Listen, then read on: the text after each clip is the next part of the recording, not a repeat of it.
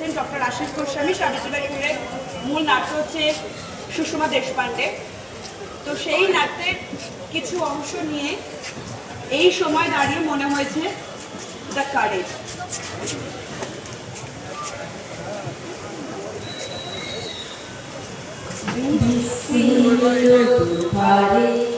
অসংখ্য মানুষের হাহাকার শুনে নিঃশব্দে নীরবে ও গঙ্গা তুমি, ও গঙ্গা বইছো কেন? বহু যুগ ধরে আমাদের বোধ বুদ্ধি, চিন্তা শক্তি, ইচ্ছা শক্তি, প্রতিবাদ করার শক্তি জগদ্দল পাথরের মতো স্থির হয়েছিল। প্রয়োজন ছিল একটা স্রোতে, যা কিনা চূর্ণ করে দিতে পারে, যা কিনা ভেঙে তছনছ করে দিতে পারে। হয়তো সেই স্রোতের নাম সাবিত্রী, হয়তো সেই স্রোতের নাম নির্ভয়া, হয়তো বা সেই স্রোতের নাম তিলোত্তমা। আজ থেকে বহু যুগ আগে একজন মহিলার কথা বলি। সেটা হচ্ছে সালটা 1897। দেশে তখন প্লেগ মহামারীর আকার ধারণ করেছে। সাবিত্রী তার নিজের ছেলেদেরকে দূর দূর গ্রামে পাঠালো, না হলে কে এই সমস্ত দিন দরিদ্র মানুষের চিকিৎসা করবে। জয়সুবান নিজের চিকিৎসা দায়িত্ব খাতে তুলে নিলেন। সাবিত্রী থাকতে পারলেন না, সোজা ছুটলেন বস্তির দিকে। সেসব দেখে জয়সুবান মাকে বললেন, মা, আমি তোমাকে কিছুতেই বস্তিতে যেতে দেবো না। নিজের চরকায় তেল দে, আমাকে জ্ঞান দিস না। কেন বুঝতে পারছো না মা? এই রোগটার নাম প্লেগ। তুই না ডাক্তার, তুই জ্যোতিবা সাবিত্রীর ছেলে হয়ে এ কথা বলছিস? কাজের বাজ বিচার করা তোর শোভা পায় না। কাজ করতে করতে যদি মরণ আসে তবুও না। আমি মরতে ভয় পাই না মা, কিন্তু আমি তোমাকে কিছুতে ওই বস্তিতে যেতে দেবো না।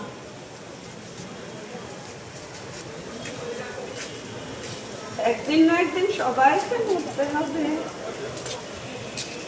আজ না হয় কাল। মৃত্যুকে ভয় পেলে চলে, মানুষের জন্য কাজ করে যেতে হবে। কাজ মানুষের জন্য। ইতিহাস তোমাকে মনে রাখবে, জানবে কাজই হচ্ছে একমাত্র ধর্ম। কাজ করে যাও, ইতিহাস তোমাকে মনে রাখবে। এই কথা বলে সাবিত্রী আর এক মুহূর্তের জন্য সেখানে দাঁড়ালেন না। সোজা ছুটলেন বস্তির দিকে। বস্তিতে গিয়ে ছোট ছোট ছেলেমেয়েগুলোকে যন্ত্রণায় সফল করতে দেখে নিজেকে ঠিক রাখতে পারলেন না। 2 বছরের একটা বাচ্চাকে তুলে নিলেন কোলে। তার মনে হলো মরার আগে মুখে রঙটা পুজো দিতে হয়। না, বাচ্চাটিকে বাঁচানো যায়নি। সাবিত্রীকেও প্লেগে ধরল। 10ই মার্চ 1897 ভারতবর্ষের ইতিহাসে এক গুরুত্বপূর্ণ অধ্যায়ের অবসান। এই যে বাসে বসে গেলেন তিলোত্তমার বিচারের আলোর পথের পথযাত্রী আমরা। হঠাৎ করে অতদিনের পিছনের গল্প কেন বলতে গেলাম? আচ্ছা একটু ভাবুন তো, এই যে 1897 যে প্লেগ, সেটা ছিল সত্যি সত্যি মহামারী। সত্যি সত্যি কত মানুষ মারা গেছিল। আর এই যে 3-4 বছর আগে মনে করুন, সেই সময় ভারতবর্ষ প্রায় জ্বলতে শুরু করেছে, নিজেদের দাবি নিয়ে প্রায় পথে নামতে শুরু করেছে। ঠিক সেই সময় এক কল্পনা আশ্রিত অতিমারি দেখা দিল আমাদের দেশে। হ্যাঁ, বাইরের দেশ থেকেই এসেছিল, কিন্তু এসেছিল তো মুহূর্তের মধ্যে আন্দোলন স্তব্ধ হতে পারে। যেমন ঠিক উৎসবের নাম করে আমাদের আন্দোলনকে আবার স্তব্ধ করে দিতে চাইছে, হতেও পারে আবার। সেই কারণেই এই গল্পটার উত্থাপন হতেই পারে। বলুন, যাই হোক কি হতে পারে সেই নিয়ে ভেবে লাভ নেই। বরং চলি আমরা আরেকটু পিছনে চলে যাই। যাবে? তাহলে চলো চলে যাই 3রা জানুয়ারি 1831। সাবিত্রী জন্ম নিল নয়াগাঁও, মহারাষ্ট্রের এক জেলার নাম সাতারা। সাতারার এক তহসিলের নাম খডালা। এটা একটা গ্রামের নাম নয়াগাঁও। অল্প লোকজনের বাস, সেখানে সবাইকে চিনত। তা সেই গ্রামের যিনি প্রধান, তার একমাত্র কন্যা ছিল এই সাবিত্রী। ঘুমাইরা ঘুমাইরা ঘুমাইরা ঘুমাইরা ঘুমাইরা ঘুমাইরা রোদ নেই, বৃষ্টি নেই, সকাল নেই, সাঁঝ নেই, শুধু দৌড়ানে দুষ্টুমি। ঘুমাইরা ঘুমাইরা ঘুম, ঘুমাইরা ঘুমাইরা ঘুম, ঘুমাইরা ঘুমাইরা ঘুম, ঘুম ঘুম ঘুম। সাবিত্রী একটু বড় হতে, মাত্র তখন কত 10 বছর বয়স, বিয়ে হয়ে গেল পুনে জ্যোতিরাও। হ্যাঁ, ঠিক ধরেছেন, সেই মহাত্মা জ্যোতিরাও, গোবিন্দরাওজির ছেলে জ্যোতিরাও পুলিশ শুনে। বাবা, বিয়ের কথা শুনে মনটা একটু উদাস হলেও মন কিন্তু পাখা মেরে উড়িয়ে দিয়েছে সেই অজানা শহরে। টাঙ্গা চড়তে পারবে, জানলা দিয়ে মুখ বাড়িয়ে লোক দেখতে পারবে কত। ভাবতে বসে গেল তো, দূর দূর, জানলা দিয়ে মুখ বাড়িয়ে লোক দেখার নতুন কি। ভাবুন তো, সেই সময় দাঁড়িয়ে একটা মেয়ের পক্ষে বাড়ির বাইরে পা রাখা তো দূরের কথা, জানলা দিয়ে মুখ বাড়ানো নইব নইব চমক।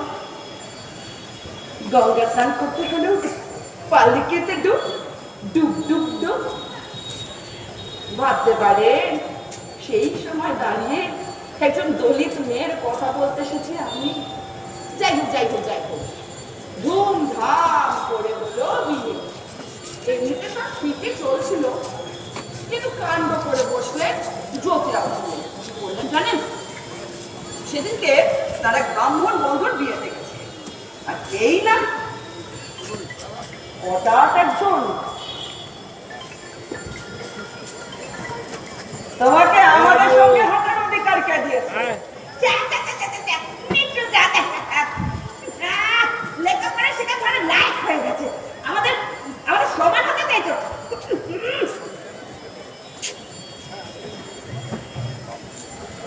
জ্যোতিরাও ছেলে সেদিন চুপ থাকতে পারেনি, কিন্তু তাকে চুপ রাখার চেষ্টা করলেন তার বাবা। কিন্তু বললেন জানিস, সত্যি জাত হোক, ধর্ম হোক, সবাইকে আমাদের উপরে থাকবে। ওরা হচ্ছে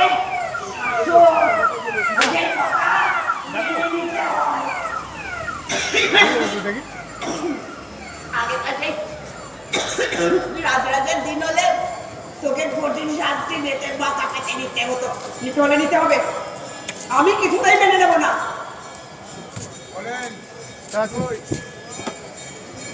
সেই সময় দাঁড়িয়ে একজন দলিত মানুষ বলছে সে নাকি মেনে নেবে না। ভাবতে পারেন কি করলেন জানেন? তিনি একে একে সমস্ত ধর্মকর্ম করতে শুরু করলেন। তো করলেন, সাবিত্রীকে এসে শোনালেন। শোনাবেন তো শোনাবেন, তার মনে হলো আরে এই কথাগুলো বলতে হলে যদি অন্যায় প্রতিবাদ করতে হয়, তাহলে আমাদের মতো যারা পড়াশোনা জানছে, যারা শিক্ষিত মানুষ, শুধু সেখানে বললে হবে না, পৌঁছে যেতে হবে ওই মানুষগুলোর কাছে, খেতে খাওয়া মানুষগুলোর কাছে। তাদেরকে সঙ্গে নিতে হবে লড়াইতে, না হলে এই অন্ধকার দূর হবে না। এই অন্ধকারকে দূর করতেই হবে। যেমন আমরা তেমন কাজ। তিনি চলে গেলেন সোজা পুনে শহরে, সেখানে ভাড়া নামে তিনি কে বললেন, পুরুষেরা নিজেরা শিক্ষিত হয়ে বাড়ির মেয়েদের লেখাপড়া সেখান থেকে করতে হবে। আপনারা যদি নিজেরা শিক্ষিত হন, আপনারা যদি বাড়ির মেয়েদের শিক্ষিত করেন, তাহলে বাড়ির সকলে শিক্ষিত হবে। আরে এই ভাবনা তো আগে আসেনি। বাড়ির প্রত্যেকে শিক্ষিত করতে হলে তো বাড়ির মহিলাদের শিক্ষিত করতে হবে। যেমন ভাবনা তেমন কাজ। সোজা প্লেট নিয়ে চলে গেলেন ঘরে, গিয়ে বললেন, সাবিত্রী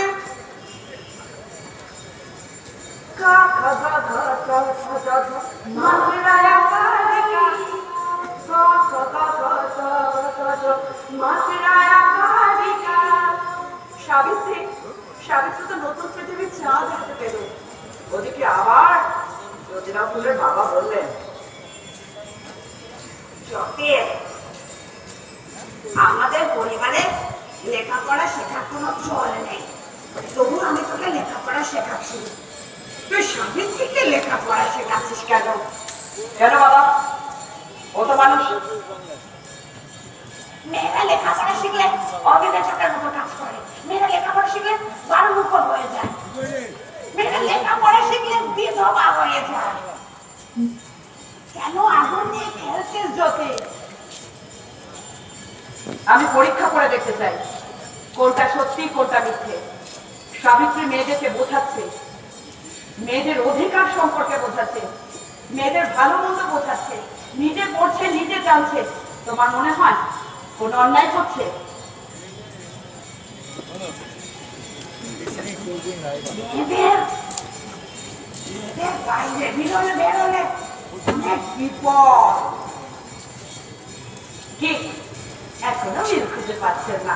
আচ্ছা আচ্ছা আচ্ছা আচ্ছা, একটু মনে করে আচ্ছা ভাবুন তো, এই কিছুদিন আগে বিধানসভায় দাঁড়িয়ে একজন বলেছিলেন না, মেয়েদের চাকরি 12 ঘন্টা না চাইলেও রাতে করতে পারে, কিন্তু 24 ঘন্টা ছেলেরা 24 ঘন্টা, মেয়েরা 12 ঘন্টা। কি বলেছিলেন না? আসলে কেন রাতে বেরোতে বিপদ হতে পারে, তাই তো? সত্যি কিন্তু কি সুচারু ভাবে আর আমরাও সবাই বলতে শুরু করলাম না, আমাদের সমান হতে হবে, সুতরাং আমাদেরও কি করতে হবে? আমাদের 24 ঘন্টা কাজ করতে হবে। আমরাও মেয়েরা বলেছিলাম, কিন্তু কেউ একবার আমরা বললাম না, ছেলে হোক কি মেয়ে হোক, রাত হোক কি দিন হোক, 8 ঘন্টা বেশি কাজ করাটাই তো স্বাস্থ্যসম্মত নয়। কি সুন্দর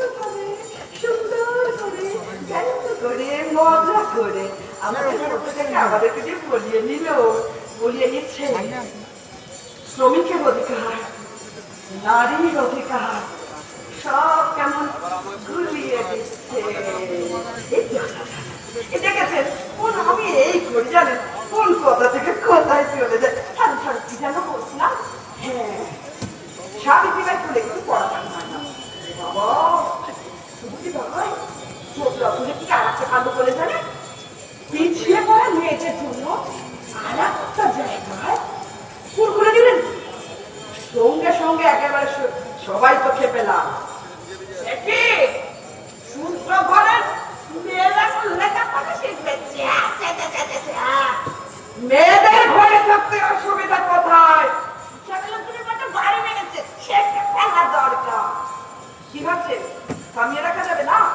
তার মধ্যে মানে একজন মাস্টারমশাইকে ভয় দেখে থামানো হলো, খবরটা ভুলে যাওয়া বন্ধ করো, নাহলে তোমাকে ভুগতে হবে, তোমার বাড়ির লোককে ভুগতে হবে, তোমার কৃতকর্মের জন্য তোমার ছেলে মেয়েকে ভুগতে হবে। শর্টটা একটু পরিচিত না? একদমই ঠিক ধরেছেন, তখনও ছিল এখনো আছে, ওই যে আগে কি থাকতেই পারে। হ্যাঁ, কি যেন বলছিলাম? হ্যাঁ না, জ্যোতিরা ফুলেকে তখনও থামিয়ে রাখা যায় না। জ্যোতিরা ফুলে কি করলাম, বাড়িতে তো ঢুকলে চিন্তিত হবে। সাবিত্রী বাই ফুলে বললেন, আচ্ছা কি যাবে একজন মাস্টার বললেন, আমি এত চিন্তা করছো কেন? ততদিন তার ফুল বন্ধ রাখা যায় না। উনি এত দুর্বল কেন? সবাই তো আর সমান হয় না সাবিত্রী, কেউ কম বেশি দুর্বল হয়েই থাকে। আচ্ছা তুমি তো দুর্বল নও, আমি তোমার স্ত্রী যে। কাল থেকে তুমি স্কুলে যাবে, এই বলে জ্যোতিরা ফুলে বেরিয়ে গেলে।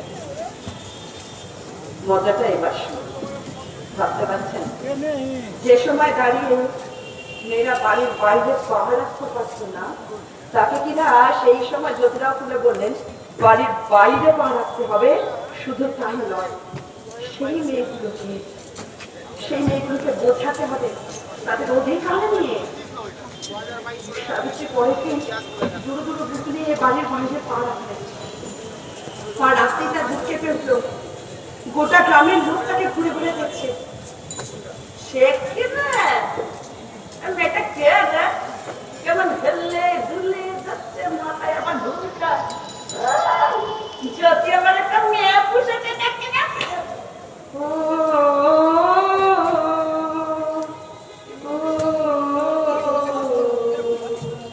সাবিত্রী তো ঘরে পৌঁছে সমস্ত দরজা জানা বন্ধ করে দিল। ওদিকে অস্তাব্য ভাষায় চোখে গালি বলা, মেয়েদেরকে থাকতে কোথায় হয়, ঘরে থাকতে অসুবিধা কোথায়? না দরকার। কি ভাবছে শুধুমাত্র অস্ত্রাব্য ভাষায় গালিগালাজ দিয়ে থাকতে পারতো না। সাবিত্রী রাস্তা দিয়ে গেলে তার গায়ে থুতু ছিটিয়ে দেওয়া হতো, বাড়ির সমস্ত নোংরা আবর্জনা ছিটিয়ে দেওয়া হতো তার গায়ে। এমনকি কোথা থেকে একটা পাথরের টুকরো এসে বলে বাবু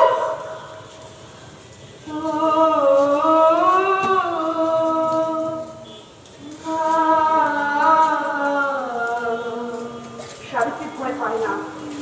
তার স্বামী তাকে শিখিয়েছে, জানবে আমরা ঠিক পথে এগোচ্ছি, তাই ওরা আমাদেরকে ভয় দেখিয়ে থামিয়ে দিতে চায়।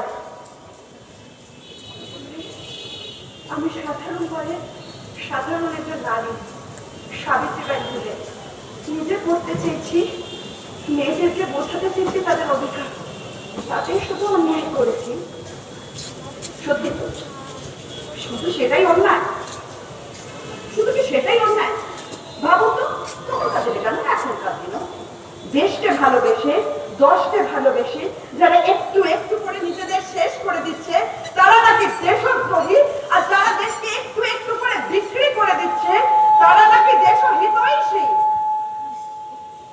এটা তো চলতেই থাকে। কিন্তু না, জ্যোতিরাম ফুলে আর সাবিত্রীবাই ফুলেকে থামিয়ে রাখা যায় না। তারা বেরিয়ে পড়ে। জানেন, তাদেরকে ঘর থেকে পর্যন্ত বের করে দেওয়া হয়। তারা যখন রাস্তায় বেরোয় সেখানে ওসমান শেখ আর ফতেমা বিবি তাদের জন্য স্কুল খুলে দেয়, তাদের বাড়িতে আশ্রয় দেয়। সেখান থেকে তাদের যাত্রা পথ আবার শুরু হয়।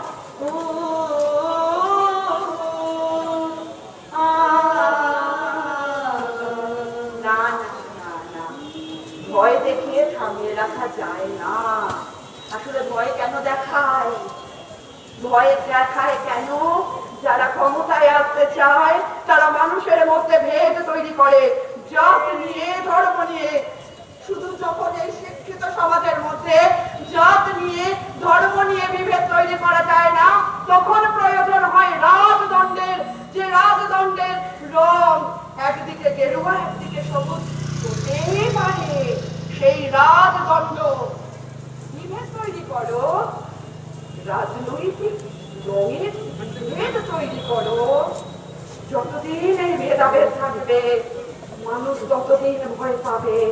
মানুষ যত ভয় পাবে তত মাথা নিচু করে থাকবে, আর যত মাথা নিচু করবে ততই তাদের মাথায় পা দিয়ে ক্ষমতায় আসা।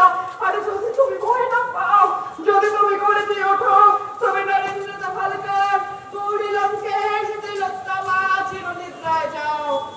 ভয় পাশে দিয়েছে, ভয় পাশে দিয়েছে, ভয় পাশে দিয়েছে, ভয় পাশে ছেলে কেউটে তো নয়, গোখর নয়, ও তো মোটে হেলে। ভয় পাশে ভয় পায় না, ভয় পায় না। বাবা, সেই সময় তারা কি কি কাণ্ড করলো জানেন? ব্রাহ্মণ্যবাদের বিরুদ্ধে গিয়ে, হ্যাঁ সত্যি বলছি, একদিকে ব্রাহ্মণ্যবাদ, একদিকে স্বৈরাচারী ব্রিটিশ শাসক। ভালো ভালো ভালো দিদি জানেন, এই যে আমরা আন্দোলনে নামছি, এই যে সামান্য ভোট দেখানো হচ্ছে, বাড়িকে ঠিক করা হচ্ছে, আমরা জানেন সত্যি তো সাধারণ মানুষ ভয় পেয়ে যাচ্ছে। আমাদের ছেলে মেয়ের কথা ভাবছি, ভাবছি কালকে কি করে করবো। সত্যি তো, কিন্তু সেই সময় সত্যি ভাবো, একজন দলিত মানুষ এখনো যখন দলিত মানুষকে সামনে দেখলে আমাদের কত ঘটনাই ঘটেছে, তাহলে সেই সময় ভাবা যায় ব্রাহ্মণ্যবাদের বিরুদ্ধে গিয়ে, স্বৈরাচারী ব্রিটিশ শাসকের বিরুদ্ধে গিয়ে জ্যোতিরাম ফুলে সাবিত্রীবাই ফুলে লড়লেন, তৈরি করলেন শিশু হত্যা প্রতিবন্ধক দিবস। কি করলেন জানেন? ওই যে ধর্মের নামে ছোট ছোট মেয়েদের বিয়ে দিয়ে দেওয়া হতো, তারপর বাড়ির স্বামী মারা গেলে বাড়ির পুরুষেরা তাদের ভোগ করতো, তারপর পেটে সন্তান তুলে দেওয়ালের সন্তান বলে মিশনারিদের দিয়ে দেওয়া হতো। তাহলে মাটির নিচে জ্যান্ত কবর।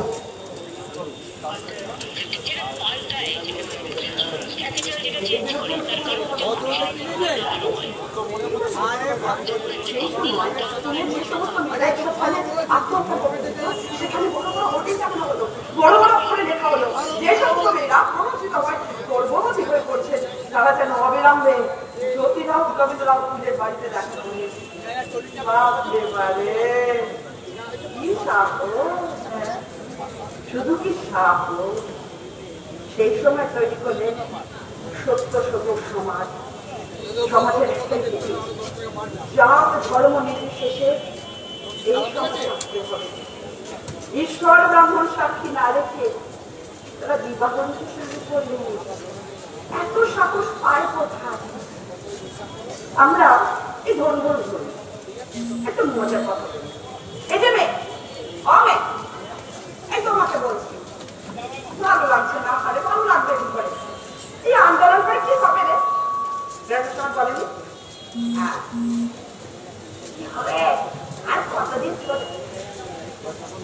সবটা কেটে হয়ে গেছে। আরে আইটিমেট সন্ধ্যেবেলা তোকে একাই বাড়ি ফিরতে হবে। কি দাদা, বাড়িতে মেয়ে আছে তো নাকি? বলে বলে বলে, চিন্তা মন ভাববে না, এখনো বলে, তখনও বলতো। সাবিত্রীবাই তুলে কি করলেন জানেন? মহারাষ্ট্রের সমস্ত জেলার নাপিতকে জড়ো করলেন, পথে নামালেন, স্ট্রাইক করালেন। কাদের জন্য?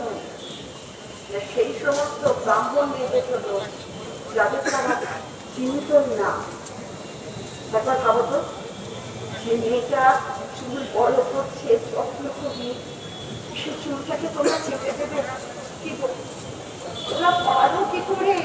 সে মেয়েটাকে বিধবা হওয়া মাত্র তাকে মেলা করে দিতে। এটা সমাজের রীতি। কোথায় লেখা আছে এটা সমাজের রীতি? শাস্ত্র যারা পড়ে তারা বলেছে, শাস্ত্রে লেখা আছে এটা সমাজের রীতি। কোন শাস্ত্রে লেখা আছে? আরে আমরা শাস্ত্র পড়েছি নাকি? যারা পড়েছে তারা বলে আমরা লেখাপড়া জানি না। জানো না, না জানা জানতে চাও না, জানার চেষ্টা করো না। আর তোমাদের না জানার জন্য, তোমাদের অজ্ঞতার জন্য ভুগতে হবে অন্য কাউকে।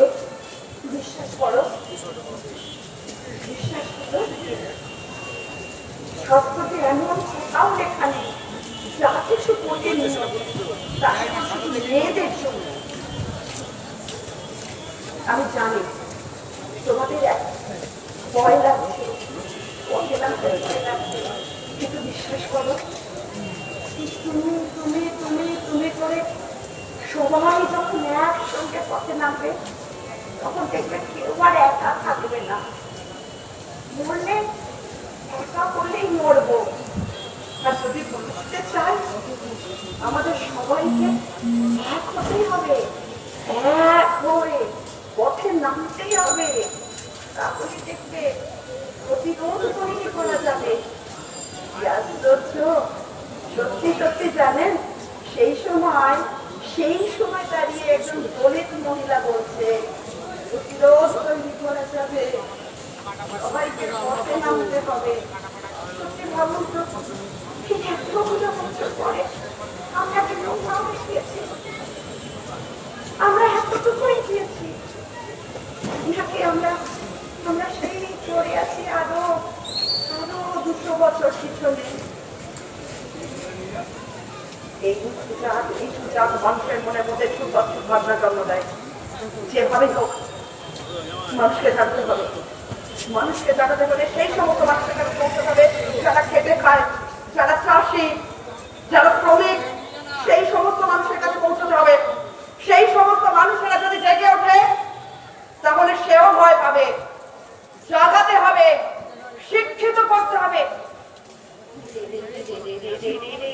কি মুশকিল, কি মুশকিল, কি মুশকিল। 2024-এ দাঁড়িয়ে আমি বলছি জ্যোতিরা বলে সেই কথা, শিক্ষিত করতে হবে। আরে কিসের শিক্ষিত? কেন? আমরা কত দূর জানি আমাদের অধিকারের কথা, আমাদের ভারতীয় সংবিধানের কথা, সেখানে সমাজতান্ত্রিক দেশের কথা, সমাজতন্ত্র বলতে আমরা কতজন জানি? আমরা কতজন জানি ভারতীয় আইন, ভারতীয় সংবিধান আমাদের কাছে অধরা করে রাখা হয়েছে যাতে আমরা মাথা তুলতে না পারি। শিক্ষিত শিক্ষা ব্যবস্থাকে ভেঙে দেওয়া হচ্ছে যাতে আমরা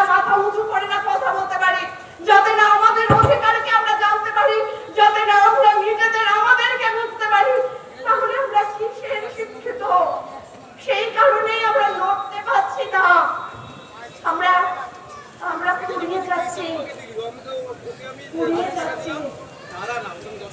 পুড়িয়ে যাব না, পুড়িয়ে যাব না। কেন? সাবিত্রী মনে করতেন লড়াই সিস্টেমের বিরুদ্ধে, আমাদের তো সিস্টেমের বিরুদ্ধে। তার মৃত স্বামী জ্যোতিরাও সেই সময় দাঁড়িয়ে